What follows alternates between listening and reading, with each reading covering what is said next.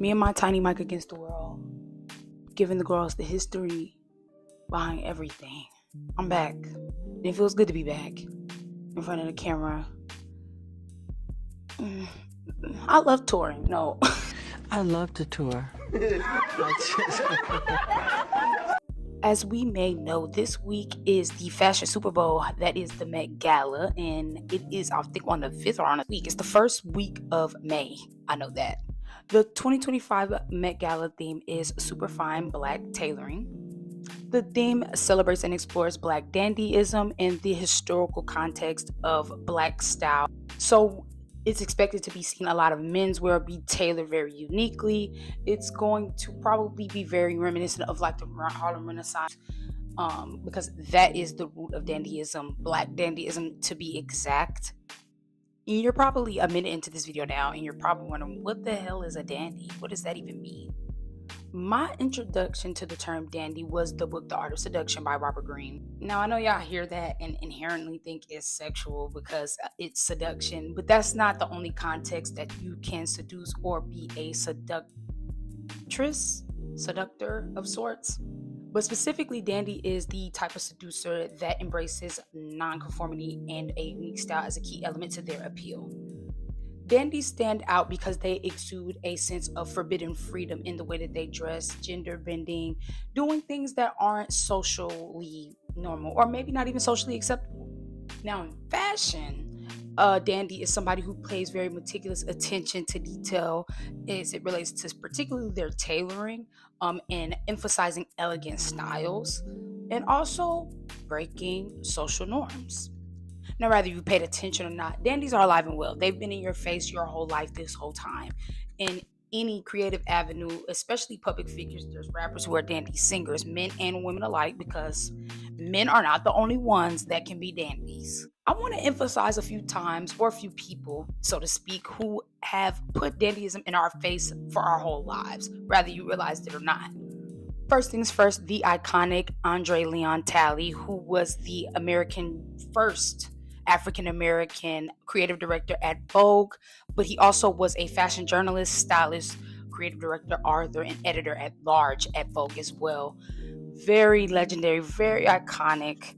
Rest in peace to the legend himself. Of course, A$AP Rocky, as he is from Harlem. We already talked about how the Harlem Renaissance really is the mecca when it comes to Black fashion trends, period. A$AP Rocky, who has put a modern streetwear spin on the concept of dandyism. Another honorable mention would be Wisdom K, with the way that he wears his clothes tailored and his unorthodox way of wearing clothes in general, and just his choices of pieces. Also, Janelle Monáe, she wore like these really interesting tailored suits with bow ties and crazy accessories. Her fashion showcased a tailored but playful and fun side to dandyism.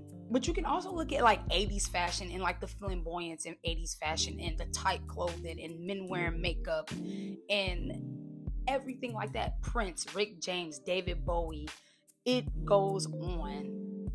Also, we cannot leave pimps out of this conversation. Pimps are also dandies. I didn't see an article anywhere when I was doing my research for this where they talked about pimps. Pimps are like the dandies, like the canes, the tailored suits. That a lot of people at the Met Gala is going to look like pimps, and a lot of people are probably going to have those stylists have pimps on the mood boards. I'm telling you. Look at Sugar Free.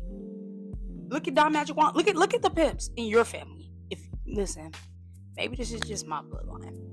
This pimping that I got in my blood, it came from a family tree. My granddaddy was a pimp. My great-great-great-granddaddy was a pimp. If you have a pimp in your family, look at the stuff he used to wear. But in all seriousness, though, the people that I'm most excited to see are Coleman Domingo, Janelle Monáe, Rocky, Zendaya. And I'm also excited to see Rihanna, but also Tiana Taylor. So it's a combination of people. But most excited to see Coleman Domingo because I already know his suit is going to be tailored in a way that we've never even thought of. And he's going to be the best dressed. He's the seat. Him, Rocky, and somebody else is like the seat of the Met Gala theme this year. So I thought, I'm thinking it's going to be good. I'm thinking it's going to be... I don't really feel like people can mess this up. I don't feel like anybody can mess this up. I feel like Black people are going to eat down. I feel like Black people are going to do this this theme, obviously the most justice is literally for us. I feel like this theme is also indirectly inspired by Andrew Leon Talley because he also represents Black dandyism. Claudette. I think the next video I'm gonna do is like doing my favorite looks. That's my favorite part. That's it for me. I just want to educate y'all on what y'all gonna be looking at this week. So understand the theme. I feel like it's really important for everybody to understand the theme of the Met Gala when they're critiquing the outfits. This is not like a regular red carpet. This is like artistic. This is like, again, the Super Bowl for fashion. Like, come on, guys. Lock in.